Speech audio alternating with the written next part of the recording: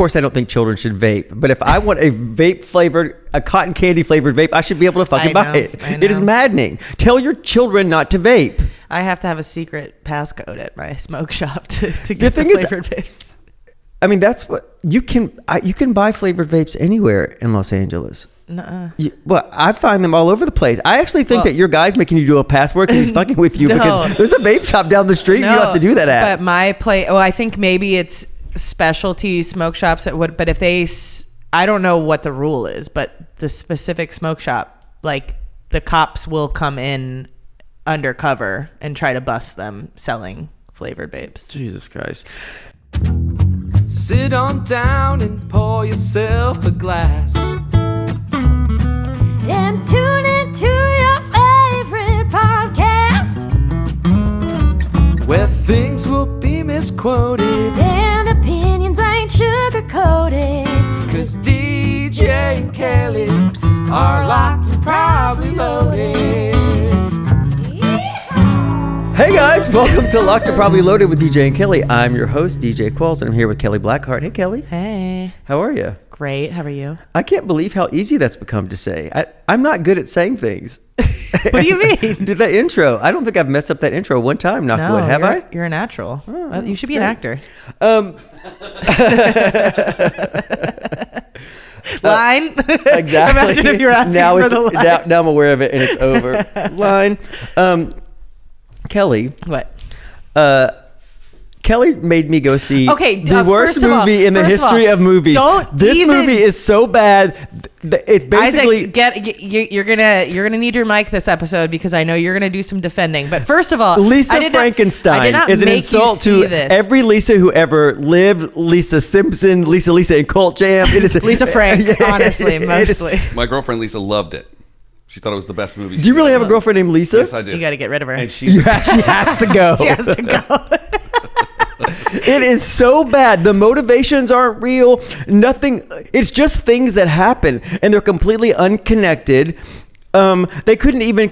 This woman could not even convince me she was eating cottage cheese. Like, it is so not believable. And I love suspending my disbelief. I mean, I've done so many marginally bad movies in my life that I'm begging you to suspend disbelief, but I would never ask you to do this.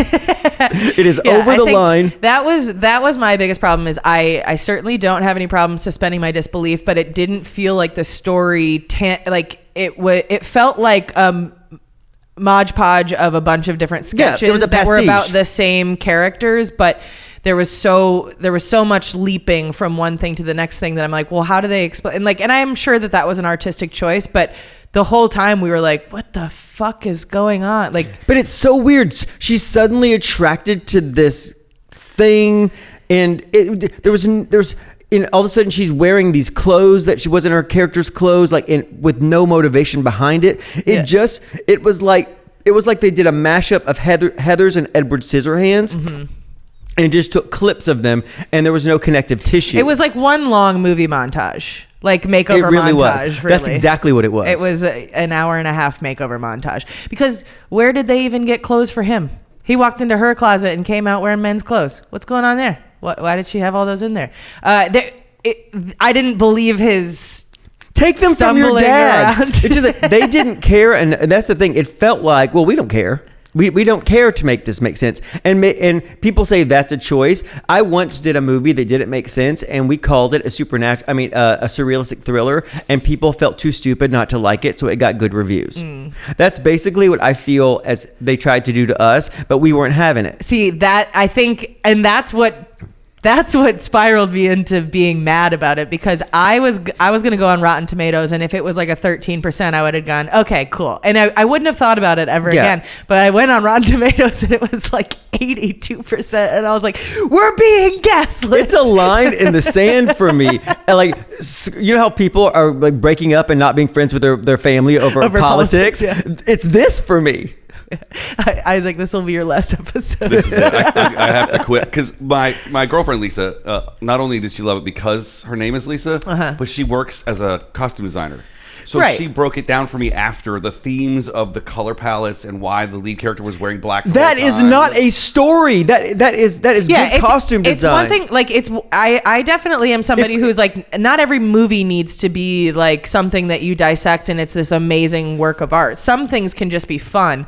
I can understand when people enjoy things that aren't well written, but they're fun, and so I could understand if it was that she campy, liked those aspects. if it was over the top on purpose, it literally makes no sense. What I didn't understand was like, so the dead guy draws a lightning bolt on her hand, and then she goes, "Ah, I have a tanning bed in the back shed." So like, at least let there be like a book where there's a tale of the tanning bed that brings people back to life. Like it just didn't make sense, the choices that were being made, and it felt like maybe they cut out scenes that explain things for time or something. But here's the thing. Here's what I like. The tanning bed represents the electricity that could be the lightning bolt. I understand punch you that, right in the face. but the whole house is full of things that are powered by electricity. My southern accent comes out. I can't not yell or threaten people without a southern accent. I'm gonna punch you right in the face. Come over later. Peggy made a cobbler. Like, it's always like that. Okay, can I tell you one endearing thing? Yeah. Just Sure. the most endearing thing. Yeah. It was directed by Zelda Williams, which is Robin Williams' daughter. Yes. And at the very end, when they're sitting on the park bench, And he's wearing the suspenders. He's wearing suspenders.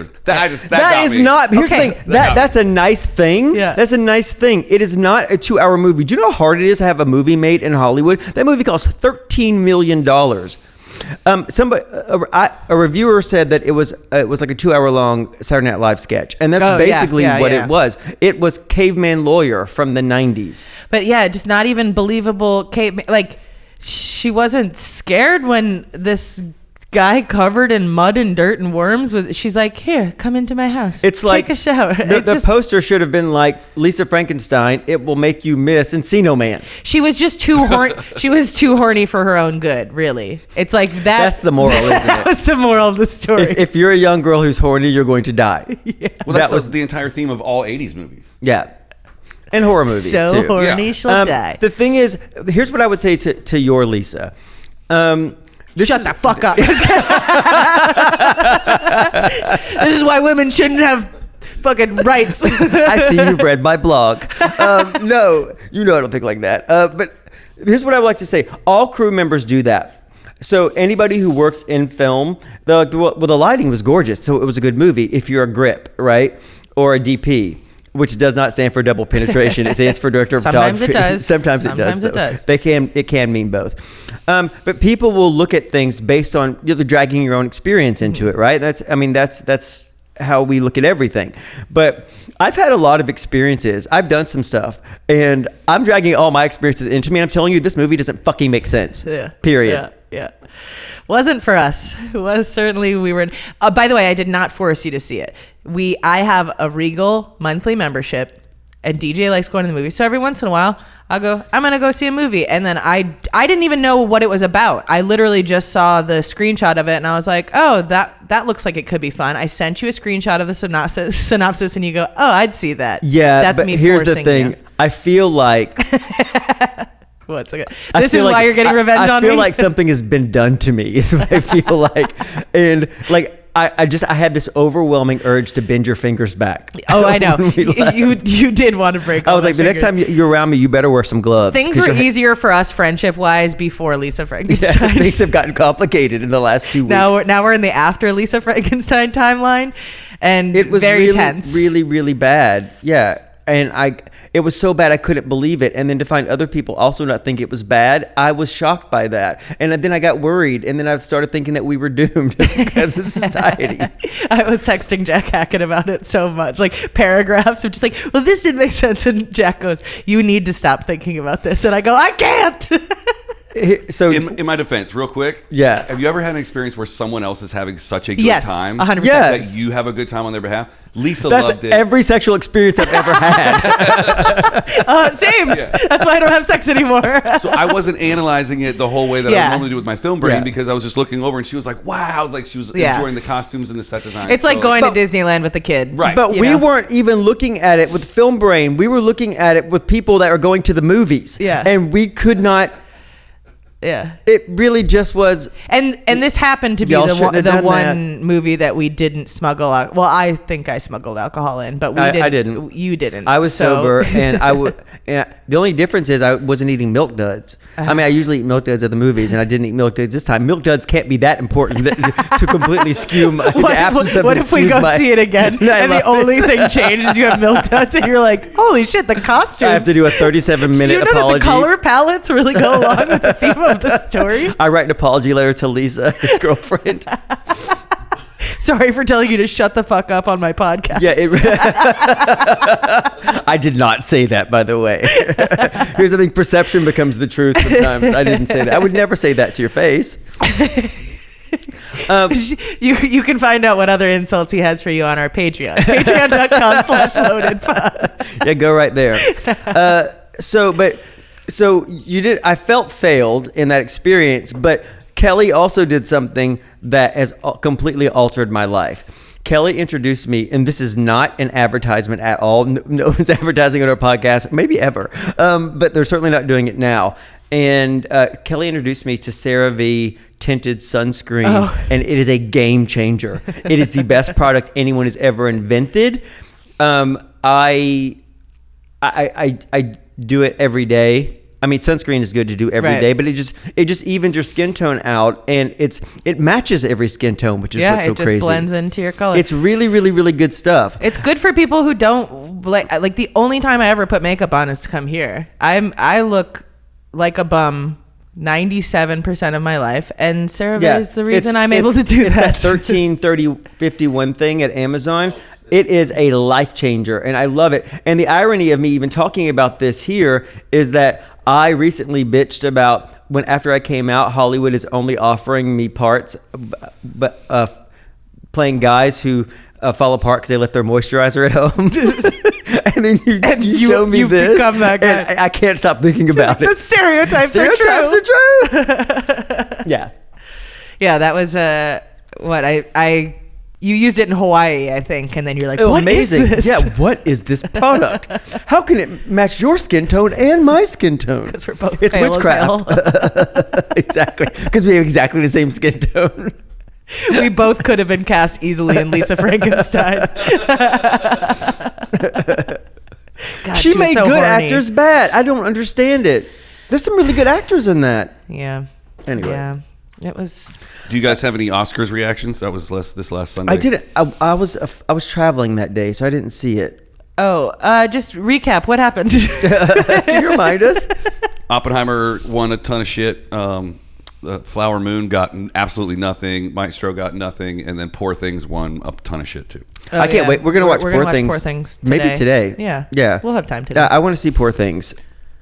Yeah, I wanted to see that too. I mean, I've never been somebody who really has cared about the Oscars, mostly because the movies that end up getting nominated generally aren't things that I'm going to see anyway, unless somebody that I trust is like, this is really good. But there's so much stuff that feels like it gets made specifically to win awards. But also, people don't realize this about awards, is that they are bought, or at least the nominations are bought. It costs hundreds of thousands of dollars to launch an Oscar campaign. Yeah, Ann Dowd a couple of years ago for a movie. I can't remember what it was. Maybe it was I don't remember what it was, but she was in a movie that did really well. And submitted herself in the Oscar race, and it cost her hundreds of thousands of dollars. I can't remember if she got nominated. Can you look that up for me? Same with like the Hollywood Walk of Fame. I think people are under the perception that these awards get given to people, but almost everything people have to pay for. Forbes under 40, like you're paying to be on those lists. She gets nominated for things all the time, right? Like she gets nominated. She was on that show, Handmaid's Tale, but she did a movie where like every year that I've been on a TV show, it's like legit was critically acclaimed. I got a message from the studio asking me if I wanted to fill out an Emmy nomination ballot or a request, but they also tell you it's going to cost you about $10,000 to just get the request in, and then probably another $100,000 in it just to get in consideration for it. Yeah. So keep that in mind, everybody, because literally everywhere, even the podcast awards, they email you asking if you want to submit yourself for them. Like and we were always too lazy to do that for I Heidi think Cat. the fact is, I also I love being an actor. I think being a storyteller, which is what we are at our core, is a really noble profession, and the perks are great when it works, but it doesn't work for majority of the people that do it. Most actors are jobbing actors, and so it's a tough life. But I really respect the doing of it and the people who try to do it. Sometimes you'll see a performance that was like, man, that's so amazing. But do we really need awards plus millions of dollars if you've gotten to that place in your career? Probably not. Yeah. It's not that big of a deal. Hollywood is not a real place. Well, it is a place. It's actually hell. But it's an idea. We're here right now. Exactly. Sunny Hollywood. Broadcasting from hell. I just feel like the self-congratulations of it, especially as we get into sort of a new way of looking at the world, is a little gross. Yeah. It's a little gross. Yeah, spending that amount of money when there's real issues. Yeah, I mean, here's the thing, you can though. get a gold statue. And it's not even, spend your money however you want. It's the absolute vitriol and anger people have for being I was left out of this thing that I think I'm entitled to, that's actually paid for by other people anyway. That's weird to me. Mm-hmm. Yeah. It's why I don't watch I don't eat a lot of meat, but it's why I don't watch chickens being slaughtered, because I will never eat another chicken sandwich ever again. I like how you make it seem like the videos were enticing before. It's I used to watch them, but now it's I don't want it to lessen my meat consumption. No, but you know what I mean. No, yeah.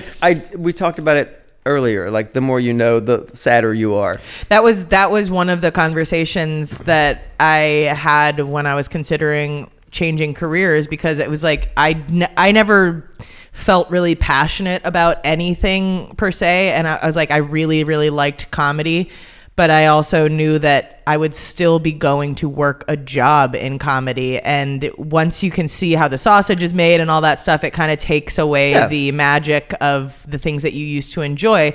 And I guess what I'm saying is work is hell. Yeah. Here's a job is hell. Everything becomes a job at some point. But I will say this, though.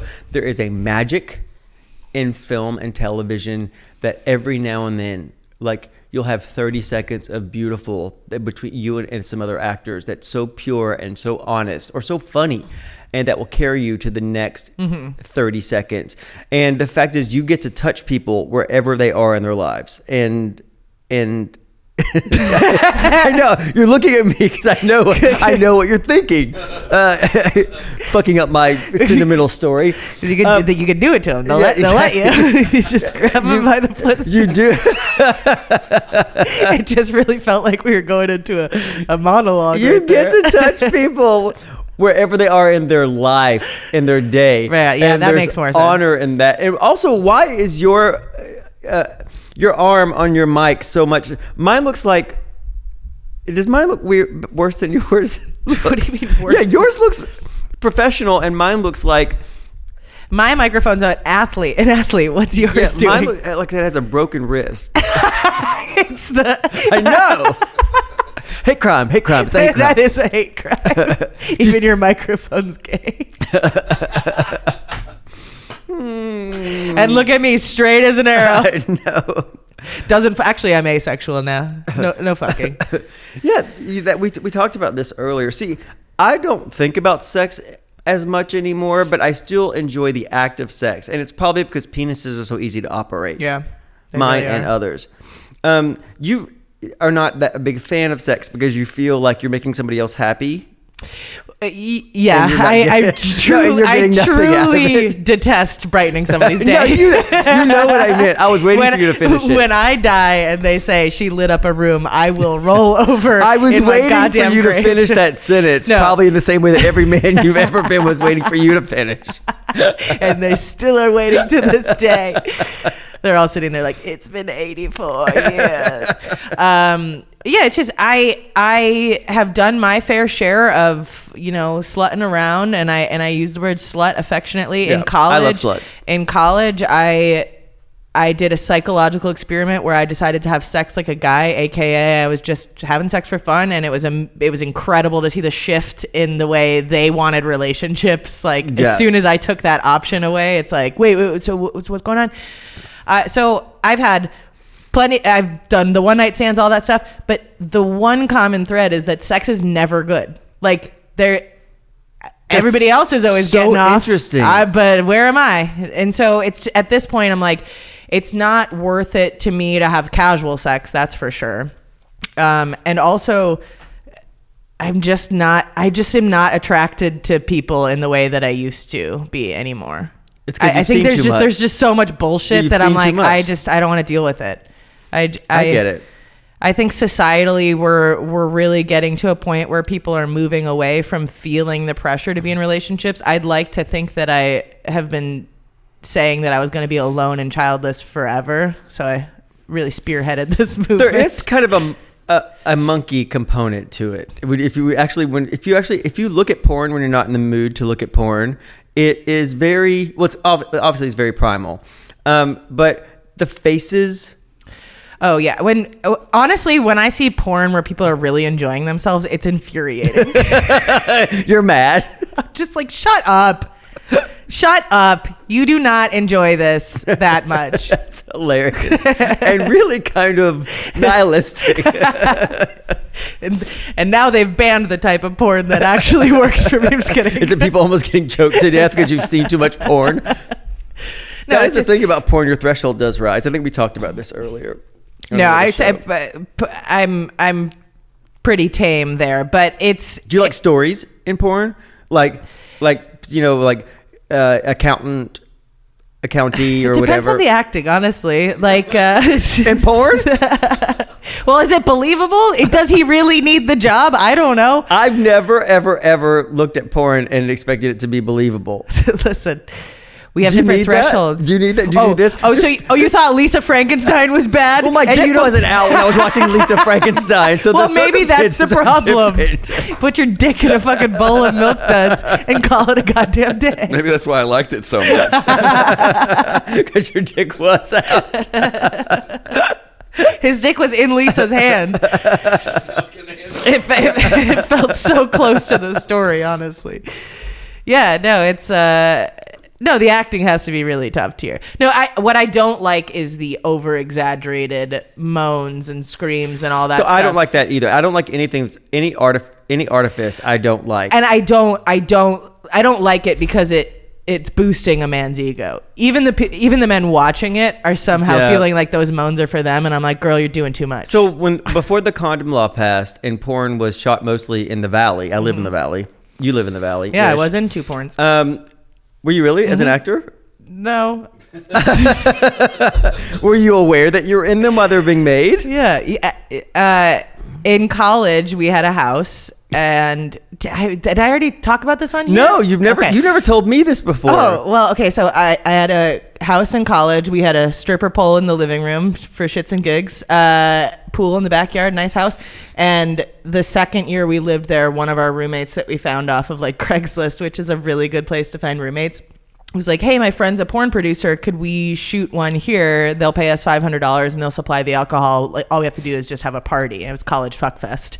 And so that was the name of the porn? Yeah, College Fuckfest is just one where they just they put them in college parties and they Your just parents break know out this? and having sex. Oh yeah. Okay. I mean, my dad tunes me out a lot. There was a long period of time where my dad kept deleting me from his Facebook friends, and anytime I would go home, I would just re-add myself because he just didn't want to see what I was posting. My mom is very used to all my bullshit now, but so I was in like the background as a bartender and stuff like that. And I have pictures of it on my Instagram because one of the listeners of IDCat, I told that story on there, he found it and sent me the link to it. So awesome. I watched it for the first time in like 15 years. What's it called? College Fuckfest? College Fuckfest, yeah. 1 or 2? No, that's the name of the site. There are hundreds. Oh, right. So he went through the archives, found it. I appreciate that. Well, see, the thing is, before the condom law passed, I would watch porn, and because all of it's shot in the Valley, and be like, "Oh, that's in Chatsworth. I've been to that house. I know what that is." Yeah. So that was a fun thing. And then there's a bar in my neighborhood called the Chimney Sweep, which I which it's closed. Did I tell you the chimney sweep Oh yeah, closed? yeah. They- We used to frequent. They, the I think chimney they sweep. got allegedly raided for drugs. I'm allegedly. I don't know the full story, so I can't say exactly what happened. Does allegedly protect me Yeah. from? Yeah. Yeah. I actually don't know what fully happened, but the rumor that I heard was that a drug dealer was operating on the premises. They get raided, and now it's closed. I actually would like to buy it. Yeah, I you were think talking everybody about it. wants to buy it though. It was my first bar when I moved to Studio City, and so. But anyway, I would go there. The license has been indefinitely revoked. Yeah, I want that place. I mean, I'm sure that I could probably get a liquor license. I haven't done anything. Do you think they would give me a liquor license? I haven't done anything, have I? Wrong? Maybe a lick him license. Yeah, fuck off. You were actually one of my first celebrity sightings when I moved here, and I was hanging out at the chimney sweep. Really? Oh, no Yeah. way. I was like, Oh, holy I'm shit. famous. Wow, this is the invisible string theory. I was like, holy shit, that's that guy. That's really awesome. Yeah. Whoa, invisible string theory is real. That's really awesome. I don't even know what that means, but 16 years ago. that is 16 years ago? I'm Wow. old. Oh no, I had to have been at least 19 Yeah, there's then. no way there's no way that could have been real because I wasn't old enough to be in a bar 16 years ago. Fuck off. But I would go there like around, happy hour, and the porn actresses who had worked that day would stop through the chimney sweep, and they have their hair in buns and they have their glasses on. They look like young librarians. Yeah. And so they would sit there and recount their day. And it was like, I did 6 scenes today. 3 of them are anal, but talking about it really clinically with sort of detachment Yeah. from it. And, I didn't know how Because to, everything, when it becomes a job, it just becomes, it becomes a job. Yeah. But I didn't know how to think about that. But here's the thing. People, I would tell that story to start to be, that's bad. It's exploitation. And the thing is, I am in no position to be telling anybody what they should be doing with their lives. If you saw what my bathroom looked like right now, you would realize I am not. I should be telling anybody what to do. Yeah. I shouldn't even be telling people that Lisa Frankenstein is bad because my bathroom is that dirty. It looks like the set after he climbed through the window. Exactly. And so, but they sort of normalized it a bit. And then one day I went over to buy, because sometimes when I get drunk, I like to play scratchers. So I went over to buy some scratchers, and I'm coming back, and there's a guy outside who is probably 5'6". He has a hard Southern accent. I found out he was like 20 years old, and he was the actor that they worked with that day. He's outside with tears in his eyes, screaming into the doorway, "These bitches get all the attention. Do you know how hard what I do? How hard it is to stay hard?" And going through the whole, and I'm like, "Buddy, what's going on here right now?" And he was like, and he gets all emotional and like starts breaking down in front of me. And he was like, "I came out here to be an actor, and these women make so much more money than I do, and what I do is much more difficult." And just starts going this whole thing. And then I get him into. I was like, "Buddy, you're going to get arrested if you don't get out of here." I mean, screaming into a doorway. It's so hard to stay hard. Yeah, exactly. Like, we don't need to be hard right now. Please stop. Yeah, I mean, yes, we are in a bar in a strip mall, but even then, there are societal rules. It's society. There are rules. And so I go back in, and then he comes in and starts a kerfuffle with my buddy who's there because he thinks my buddy's trying to hit on these girls, and I don't think he was. And so I wound up taking him back out, and then all of a sudden things are normal, calm again, and then he turns around and jerks his pants down to his fucking knees, and he's like, this was a gift from God," like that kind of stuff. And then the doorman came out, and I went inside because... Well, that's why he's not successful. He's giving it for free. You're giving that away for free, buddy.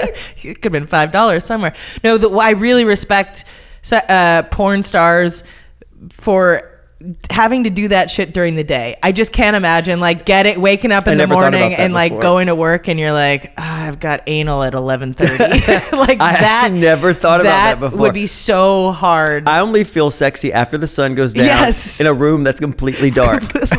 Blackout shades. Exactly. Blackout vinyl on the window. Yeah. Maybe some soft lighting. And that's a good point. I never thought about that before. Feeling sexy at 11 o'clock in the morning is hard. You're like, just had my coffee. We're actually going to move anal to the 2 p.m. slot. We're gonna go the blowjob scene first. Oh no! Can a podcast get canceled? Yes. Yes. Okay, But not for but we this. don't have any. We don't have any. We're doing this ourselves, so Yeah. we can say whatever we want, right? Yeah. Anal. Okay, if you could pick over that reminds me, there's this trend going around right now where people are putting their kids into the bathroom and like setting up the camera and going, okay, I know you want to say some swear words. You can say it in the bathroom and Okay. just get all the swear words out, and then you can come get me when you're done. And then the little kids will be standing there like, stupid motherfucker, bitch. Fuck you, bitch. Fuck you.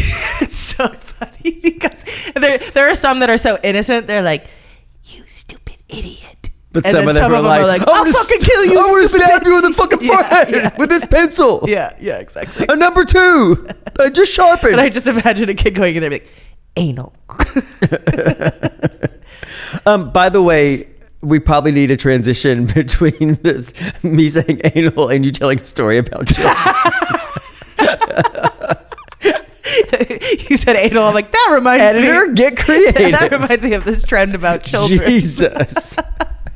Do you want Speaking- to see one? Yeah. Yeah. Can you see that? Yeah. Yeah. Can't hear it though. Issues with cussing. Okay. We are only Okay. cuss in the bathroom, okay? We are not cussing anywhere but in the bathroom.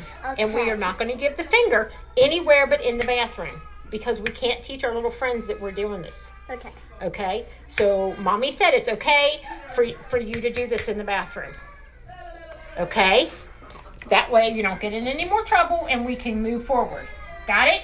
Yeah. Only in the bathroom. Okay. All right. Okay, she's adorable.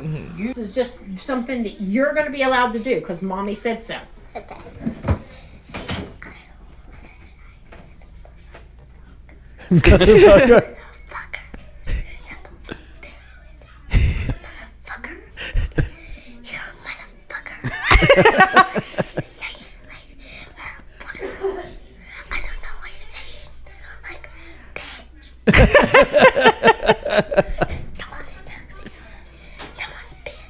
All right. Are you about finished? No. She's like, I got some things to say. Bitch. I always say bitch in the bathroom. Bitch, bitch, bitch. Zay, are you done? Yeah.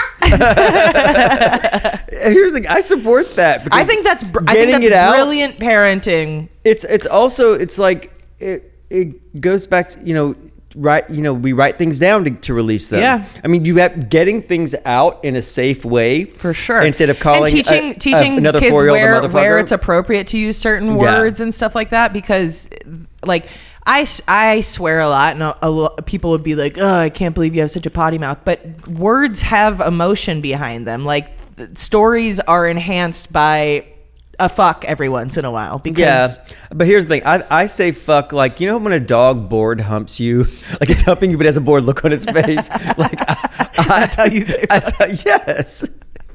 So I think maybe I say it a little too much, but then I ask myself, well, why is it too much? It's because I live in a society and there are rules, probably, but fuck that.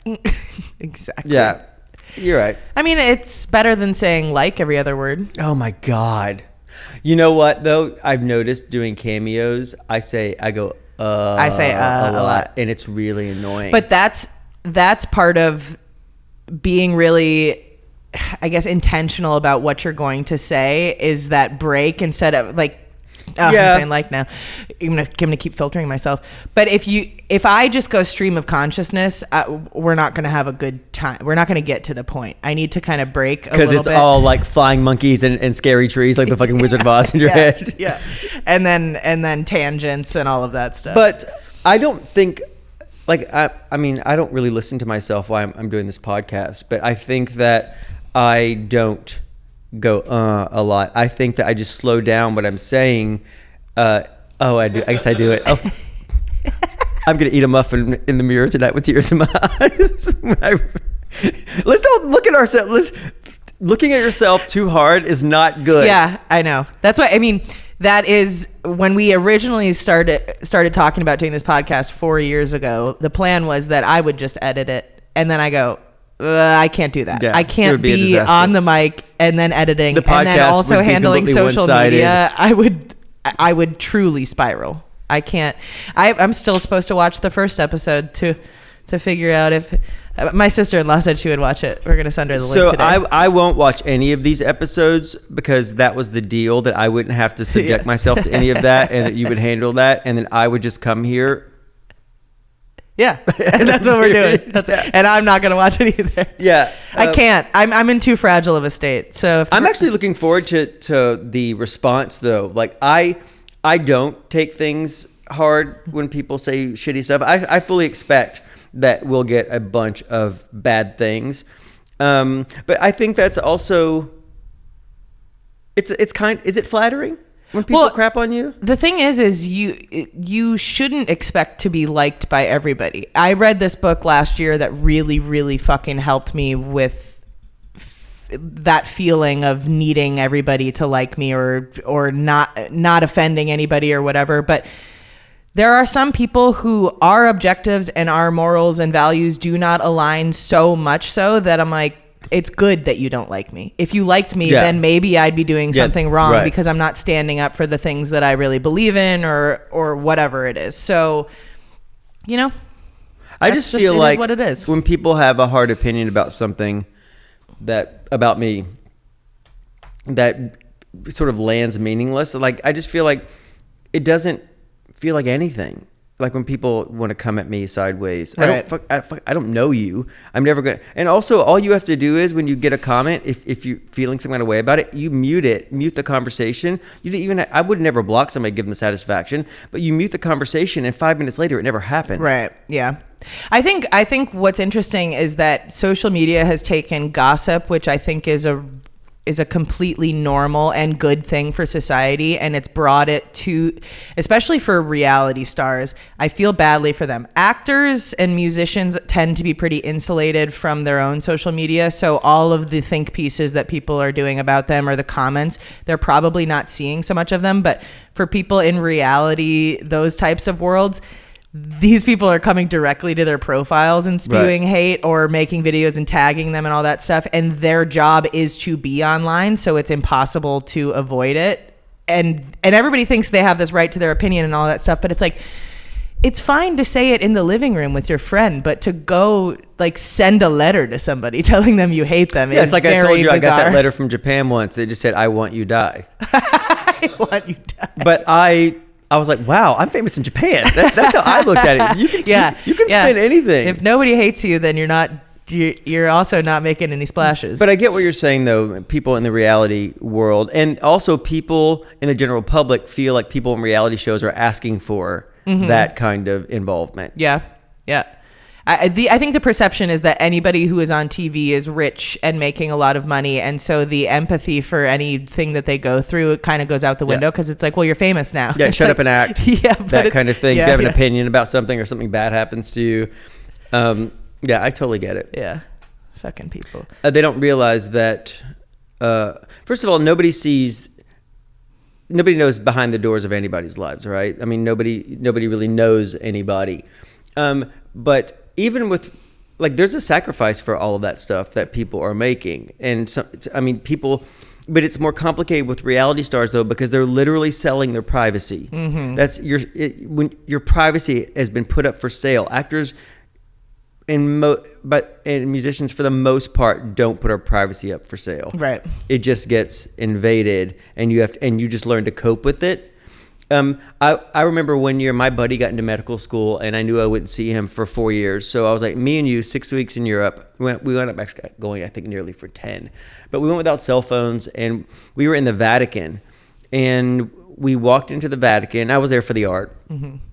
I had a panic attack at the Vatican. Did you really? Yeah. Is it because you're a bad Catholic and you're going to hell?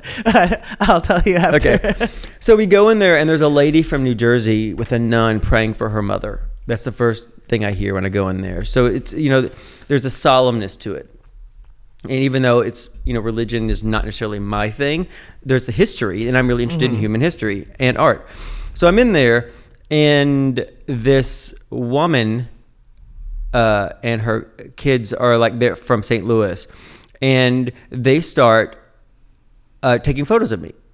And then, and I'm like, and I'm uncomfortable, but when I'm in a public place, and then they come over and like in the earshot of the lady from New Jersey, like I'm not far from her. Like, let's get a photo together. Like without asking me, like, gathering around. I'm like, I can't do that right now. I can't. This is not the right place for that. And then she walks over and then yells in my earshot, "Well, we'll never watch another one of his movies again." And so that was the first time I'd ever seen that before, and I felt that wasn't deserved. Right. I felt like I hadn't sold my privacy. As a matter of fact, I was trying to protect myself because if I was out at that point, my career would have been taken from me. I actually was the opposite of that. Like I had to be dragged onto carpets or parties because I was trying to protect myself. And then at Dachau concentration camp a few days later in Munich, people always talk about the ugly American tourist. Let me tell you. Bastards are come from every country. These kids, these gorgeous blonde boys from Scandinavia, did the same thing at Dachau. Like I was having a hard time. It's a graveyard. Yeah. And tried to take photos with me, and I refused. And they got really, really aggressive and belligerent with me. And then I ran out of cigarettes, and I started to freak out about that. And plus all the shit I'd just seen about Dachau, plus these blonde kids being mean to me at a concentration camp, which was, and so then we get into town and all the cigarettes are behind glass and you need an ID with a chip to access it. And I sat on the sidewalk and cried. Every person I pass, I beg them for the single mom who works 2 jobs. Who loves her kids and never stopped. Yeah. Being famous is hard. I know. I'm so sorry, boo boo. I'm so sorry.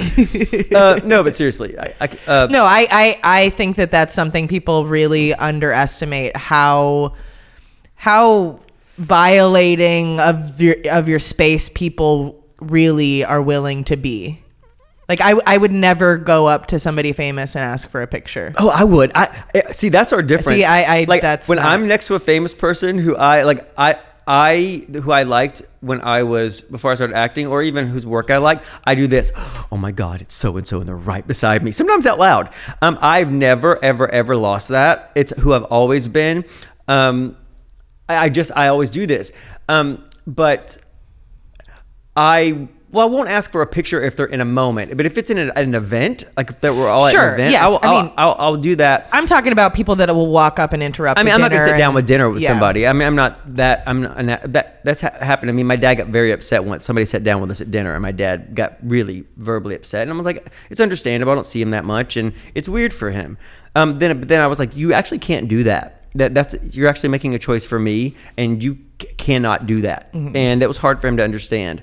And but in public, when people are going through things or dinner or whatever, I never do that. But one year I was at the closing party of San Diego Comic-Con, and San Diego Comic-Con is unlike other Comic-Cons in that fact it's just publicity. You go there to promote your stuff, you do panels, and you go to parties at night.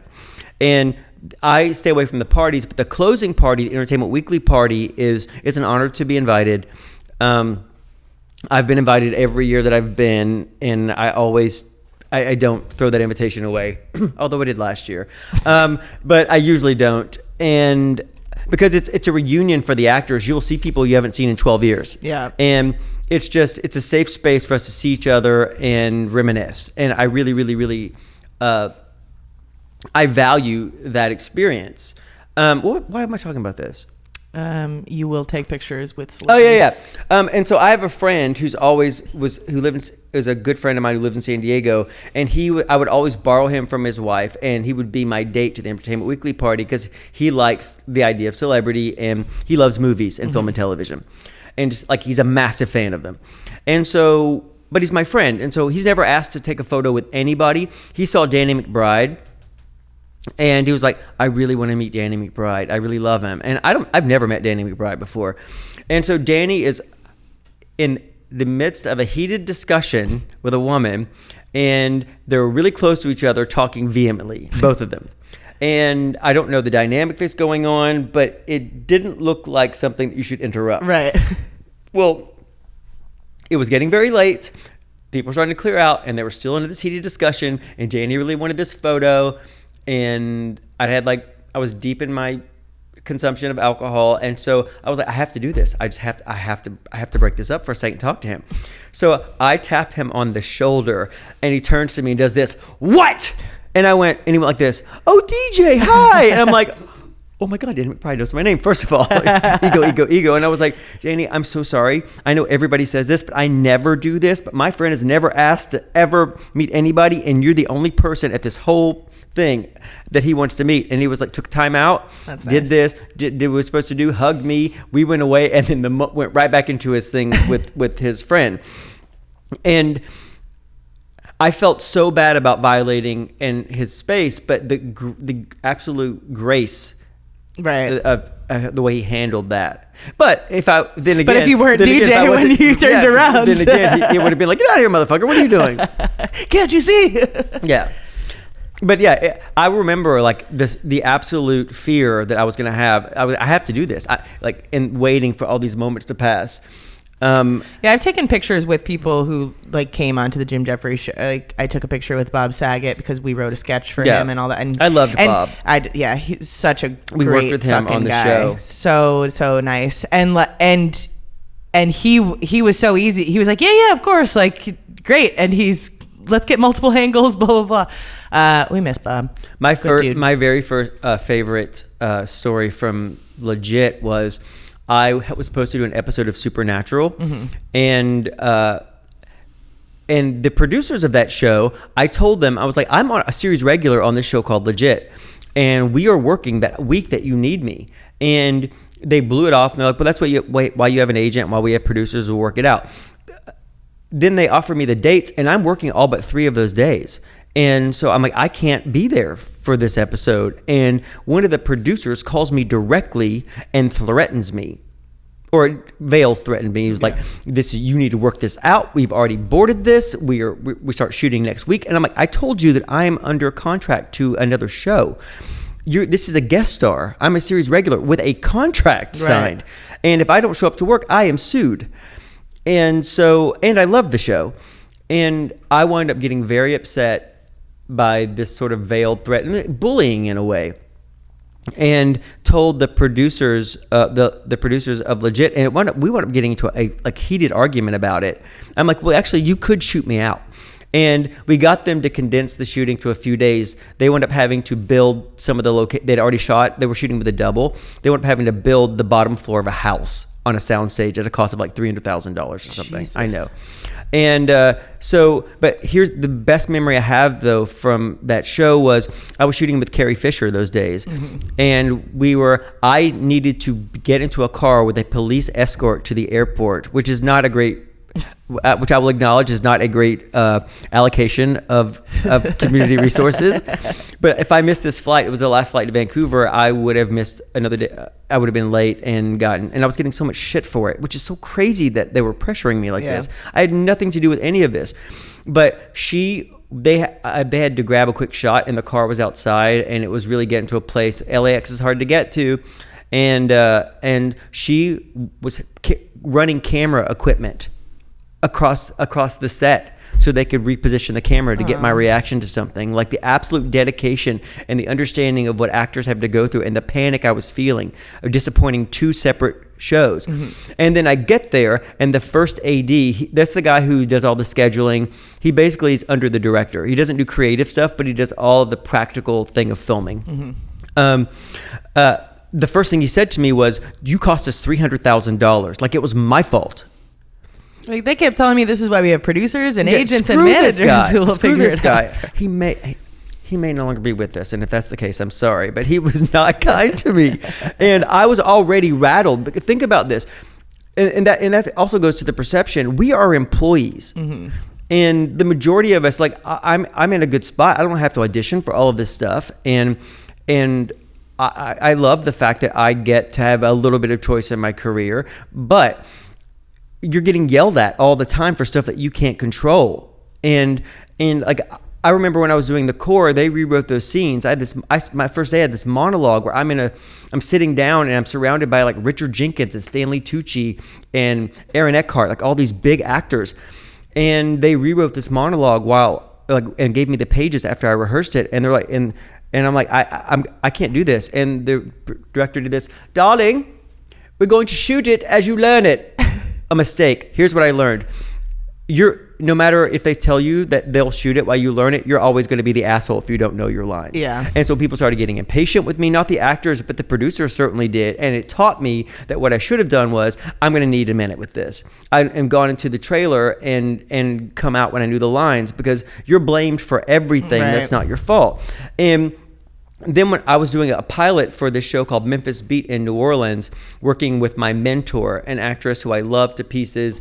Her name's Alfre Woodard, and she's just an incredible actor. And she's actually one of the first actors I met who I had like a strong connection with that she wasn't there for. She was Bill Murray's secretary in Scrooged, and I sat down with her at the read-through in Vancouver, and she sits next to me, and she's Alfre Woodard and all her Alfre Woodardness and everything I thought she would be and more. And I am like digging my hands into the table, and she taps me on the shoulder, and she was like, "My kids love you." And I turned her and did this. "I love you." I did. I was so embarrassed, and she was like, "No, always lead with your truth.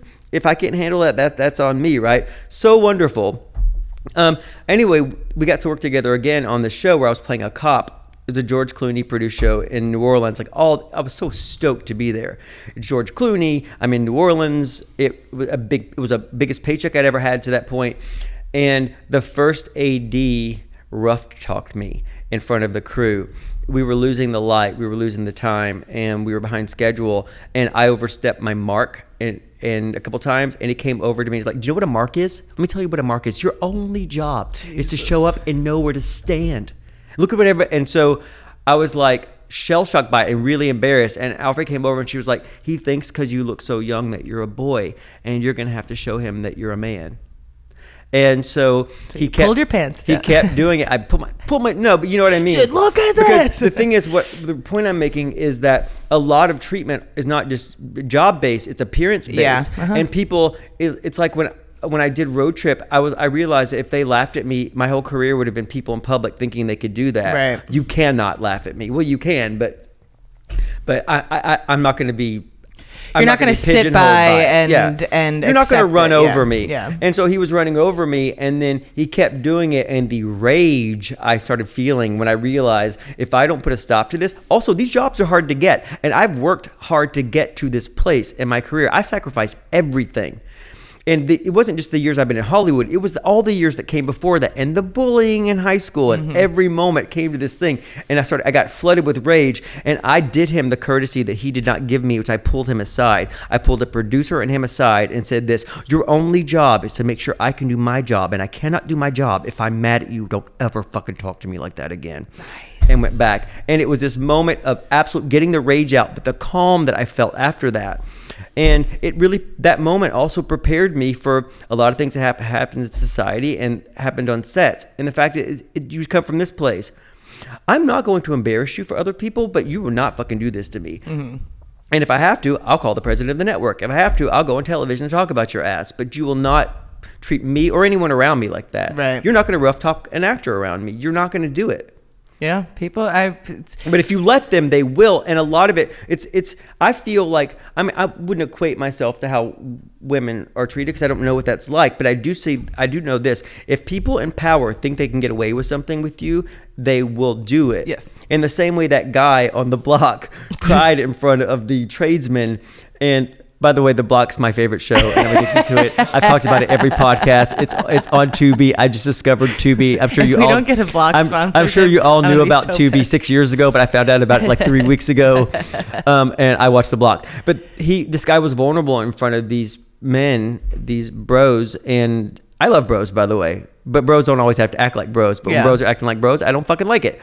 And he was vulnerable in front of them, and then everybody, even the people he was employing, like his tradesmen that he was paying out of his pocket, were rough treating him. It's because you have to have a moment where we're pack animals, and at some point you have to do this. You cannot do this to me anymore. But correcting you lose people, your power, though. I think when you do it in front of people, it also negates your message if they've embarrassed you and you do it in front of other people. You only do that if you've tried every other way. And then you pull rank on, or kill them. Or kill them. I don't really, I can't. We wouldn't suggest it. I don't. I tried everything else. I cannot endorse violence, but I will say this. Well, I won't say it. I was getting ready to tell a story on myself, but I'm not. I'm not. That's more of a second date thing. Save that for next I think week. we're still on our first date. Yeah. It may have involved me suggesting to someone else for financial consideration to punch somebody. Hey, I want to hear that story next time. We're gonna get out of here though. Are we done? Yeah, we're done. Wow, it's always like being in a car crash being on this podcast. It's like Traumatizing, painful. yeah, and then you don't remember any of it. Financially draining. All right, guys, you can check us out on Patreon, patreon.com/loadedpod, where you will get the episodes a week early video, and also We're gonna do some bonus content. Yeah, bonus Kelly content. and can I tip it? Can I Yeah, tell them what we're sure. gonna do? We're getting our face lasered off. We're going to Canada where it's cheaper, and we're getting our face lasered off. All yeah, for you. not super soon. It's No, gonna be in the fall. No, right? but we're teasing. We are teasing. This is such a traumatic. I think this. I showed Kelly the photos. This is such a traumatic sort of bonus content thing that I'm preparing her for it now and you for it now. Yeah, you keep showing me the recovery videos, and I'm like, can't wait. I showed them to Ty, and Ty he just said this. Why? Because we're not going to be stuck that way forever. You can email us at probablyloadedpod@gmail.com. Follow us on Instagram, TikTok, wherever. And we're going to have a website _pod. soon. We do have a website, loadedpod.com. Do you already say that? Yeah, I don't know. I don't know how much it'll be updated. I had to figure out how to make a website to make that. So Don't go to the website. It's Yeah. going to suck. You'll be disappointed. It'll be fine. All right, bye. Bye. Sit on down and pour yourself a glass. Then tune into your favorite podcast. Where things will be misquoted. And